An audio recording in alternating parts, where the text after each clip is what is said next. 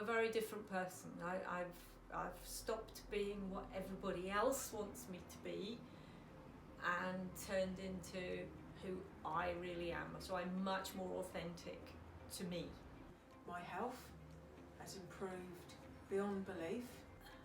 Less pain, muscles feel a lot freer, and being able to walk better and breathe. I feel as if my chest has opened up, and instead of stooping, I stand better as well.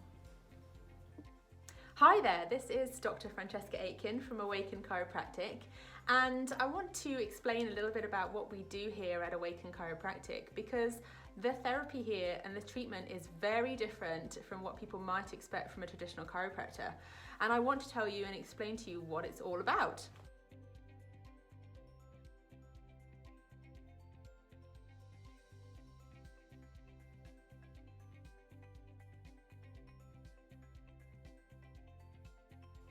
So why is it that most often we know what we should be doing to keep ourselves healthy? We know we should drink plenty of water. We know we should be exercising. We know we should be eating right and eating the right types of foods.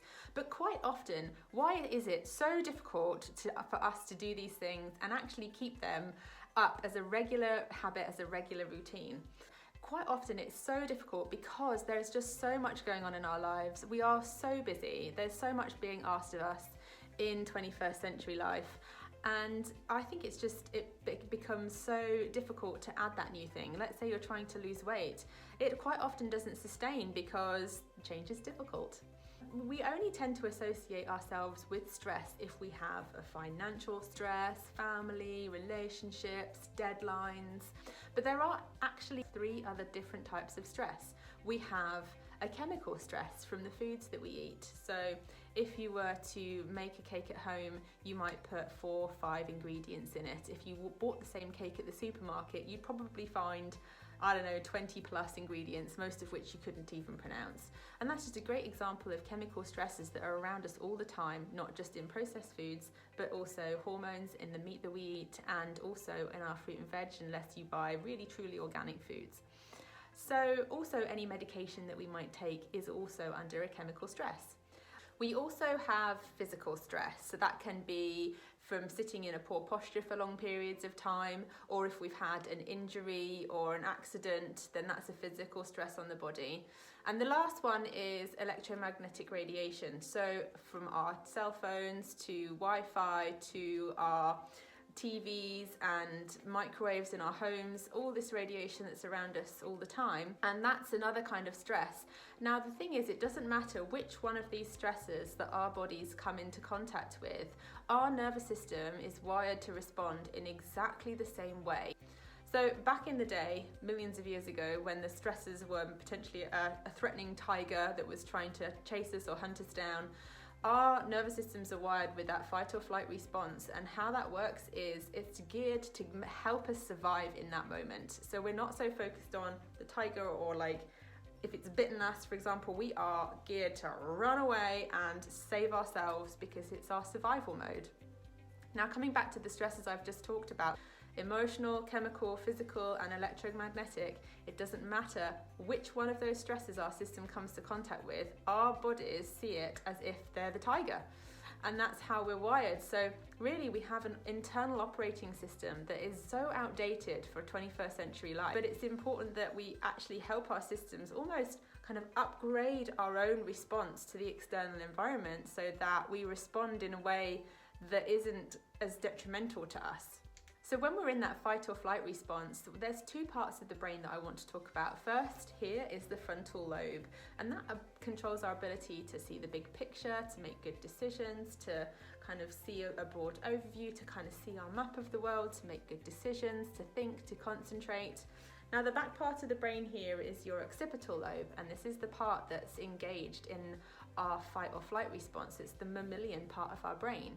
Now naturally when we go into fight or flight, the blood is going to supply the part of our brain that actually is needed to help us survive in that moment.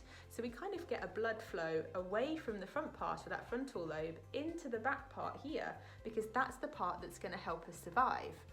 Now, when that happens, and if that's happening over a long period of time, because let's face it, some of those stressors we come into contact with, if we're really honest, a lot every single day. So our system is always kind of geared in this fight or flight response. Now, at that moment, we then start to lose the ability to see the big picture. We start to lose the ability to think and concentrate, to actually make good decisions. And we start to see things as a threat, as a tiger. And as that happens over a long period of time, we start to get what's called a defense posture. A defense posture happens when the nervous system has become so kind of habitualized to respond to the environment in a more defensive way, in a more survival way. That's when we start to get kind of the shoulders start to come up, they start to come forwards, the neck starts to come in, and everything starts to come into the body like this. And the pelvis sort of starts to sort of tuck under like a cat that's kind of running away from another cat. You see the tail sort of tuck under. So we're kind of getting this kind of stooped posture. And all we have to do is watch sort of fighting and boxing matches to see how they show up when they are in that moment that everything's in, it's sort of guarding and it's all protected. And that's what happens over a long period of time. We get this defense posture. And there was a great article that came out in 2005 that actually said that all measures of health status showed a significantly poorer health score when C7 plumb line deviation increases. Now, what that means, if I turn side on, without any other postural alteration, just this kind of forward head posture like this, without anything else, is enough to lower your health score. And it costs taxpayers an estimated £18.8 billion just in people that have stress-related problems. And my conclusion really is that the existing model of healthcare is not enough and something needs to change because those figures are only going up. So there are two models of healing out there. We have the model of restorative healing and the model of reorganizational healing. Now, the one that we are all familiar with is this restorative healing model. Now, restorative healing simply means that the symptom is a problem to get rid of. So whether you have pain in your neck, whether you have headaches, whether you have knee pain, back pain, whatever it is, you are finding out to a practitioner or a professional that can help you get back to a place that you were before you had that pain or that problem, i.e. you want to remove that symptom, understandably. That's the model of healthcare that we know, and you may choose to get it massaged, to poke needles in it, to medicate it, to have some surgeon operate on it, but essentially your aim is simply to get rid of that pain. And most of the time, quite often it does work. So if you are here in the middle, this is you with your pain, with your problem, and you've gone to see somebody that essentially can take you back in time to that place where you didn't have to feel that pain or problem. And essentially that's great. If it works, hurrah. Now, quite often people then carry on doing the same thing that they've always done, and eventually, bam, they kind of hit that point where that pain returns, where that problem returns, and they think, oh, I got rid of that and it's back. Why is it back? And at that point, you know, they might choose to go back to the same practitioner. It's come back, I need you to get rid of it again, and that kind of cycle repeats. But essentially, because nothing has actually changed, you didn't learn anything about what made you bring that pain or problem to the surface, to the foreground, you carry on the same patterns of behaviour, and eventually, bam, you hit the problem again. And this cycle tends to repeat a few times before people get really frustrated that, why is it not resolving? Why does it keep coming back all the time? So that's restorative healing, health as we know it, health at its best. With the model of reorganizational healing, which is kind of the foundation of the work that we do here at Awaken, we are looking at you here and we say, right, this is where you're at. What has actually contributed to all this tension, to all this, whatever's going on in your body that has arrived you at this moment in time where you're presenting now with this pain, with this problem?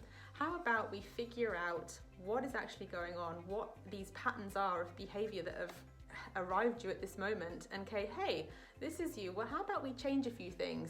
Actually figure out what's actually going on underneath once we peel back the layers of tension and go, how about we do it this way? So you go on into the future, creating something completely different. And this means that the symptom is now a means to change. It's saying, hey, the body's trying to tell you stop, pay attention and do something different. And that's what we're really looking to decipher, is what that different thing is, so that you go off on a tangent, on a different path. And it's not suggesting that you're not going to get something down the line. You may very well do, but again, it's just saying, hey, stop, pay attention, and do something different. And this is now a kind of a more true wellness approach, because you're learning about what's actually going on, how you do you, what works, what doesn't work, what needs to change, so that you can live a happier, healthier version of yourself. And I'm going to show you a diagram now that really describes that kind of theory very well. So up you'll see a lovely diagram. In the middle is NSA, which is the technique that I use and that we use here at Awaken. And around the outside we have nutrition, mind, emotions, exercise, rest and relaxation. Now, a great analogy to kind of describe this model to you is if you had like two cars and one of them had Lewis Hamilton, world champion driver, Formula One driver, and the other had a mother and some children, and you said, look, hey, race around Silverstone as fast as you can, like which car do you think would burn out first? Now, you might say, well, obviously Lewis Hamilton, you know, he's probably gonna chew up his tyres or do whatever. Some of you might say, oh, the mother, because she doesn't really know what she's doing. But it doesn't matter who it is. The idea is that you can change their tyres, their brakes, their engine oil, their engine parts, their whatever it is you want to change on their car, but until you change the driver, you're going to get the same effect. And that is what the model of Awaken here that we use is.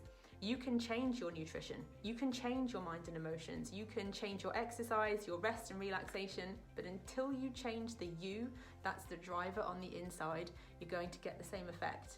So really at Awaken, we're doing something completely different, healing from the inside out, so that you can create sustainable change on the outside. Now, the technique that we use is called network spinal analysis, and this technique was founded in 1983 by a New York chiropractor, Dr. Donald Epstein. And I have learned from him directly. So wherever he's been in the world teaching, I've been at his seminars learning from him. The contacts are really gentle. There's no pain involved. And the contacts facilitate the body's ability to do the healing. So they're very gentle, and it's the body's response. That's what's really triggering the kind of the learning, the brain to really observe what's working, what isn't working, what moves, what doesn't move, what's stuck, what's free. And it's not the touch that is the healing point, but we've all got this innate ability to heal.